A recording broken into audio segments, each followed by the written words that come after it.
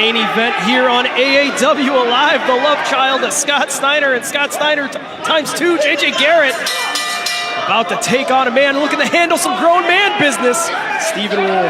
Yeah, JJ Garrett's my favorite Galoob action figure, but he has his work cut out for him against a man who feels, rightfully so, that he's lost a year of his career. Stephen Wolf is back after injury.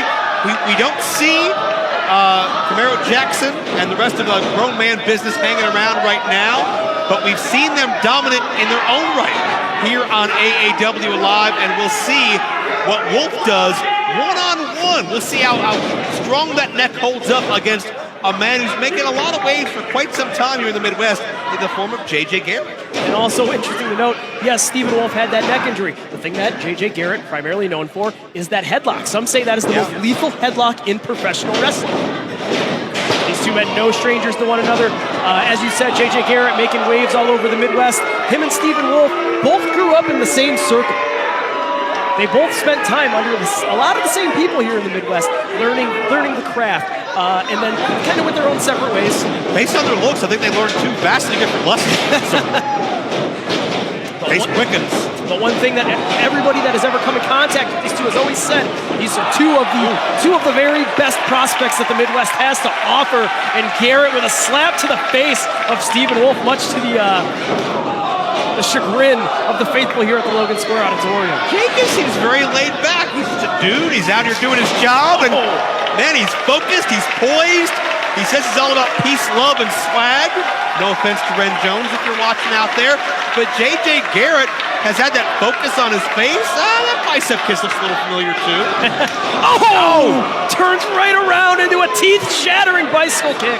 But Wolf's not in the mood to play games. We talked about the fact that Camaro Jackson, Mike Gatlaw, they're not here. There's no quad father here in attendance. It's Wolf on his own at great extension, great hang time on that elbow. Wolf is a man who, even before his injury, felt very underrated and underutilized here. And Wolf's another one of those athletes that his time is now, and he's not going to wait around for someone to christen it as such. Wolf's going to take it. Well, I mean, one of the things that Steve, it was always, who's the extra guy that we can throw into this match? Oh, Stephen Wolf. Look at the eyes, not to cut you off, but look at the eyes, just look in the face of Stephen Wolf. I've known Stephen Wolf since his first day in wrestling. I've never seen him this aggressive before. I've never seen this much anger and hatred out of a man. Out of this man specifically. The man hit JJ Garrett so hard, the momentum took himself down. This man is physical, he is aggressive, he's got a vendetta against the world. And I think JJ Garrett came out here looking for some great competition and to show off a little bit, and Stephen Wolf had no interest in either. Charging in with another thunderous chop. There's the one thing Stephen Wolf has said, since he said, you know what, it's time to handle this business, and it's time to handle it like a grown man. I'm not a tag team wrestler. I'm not this guy that you're going to throw on the card just because you need an extra body. The show is all about Stephen Wolf, and AAW is about to see why everything is about Stephen Wolf. But speaking about everything, from the middle of the ring, a cannonball senton into the corner, and now Garrett stacks him with a cover upset brew and no. Incredible adjustment. Frog splash. Garrett was ready for Wolf to push off. Garrett caught himself on the bottom rope and came through with that splash. After the incredible hang time on the cannonball, Garrett is thinking a step or two ahead of his opponent. That could be the disadvantage of Wolf coming in with such a temper. Outside of being known for his headlock, he's also known for being one of the most unorthodox, if not the most unorthodox opponent you're ever going to face into the ring. Known for a hell of a mullet, too. And Wolf, we've seen Wolf discuss in the past being flat out offended at what he felt was an inferior level of competition on this program.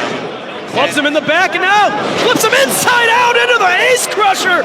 Stephen Wolf hooks the leg, and just like that, Wolf able to pick up a W out of nowhere. Yeah, that verticutter, as I believe it's been called a time or two, paid dividends.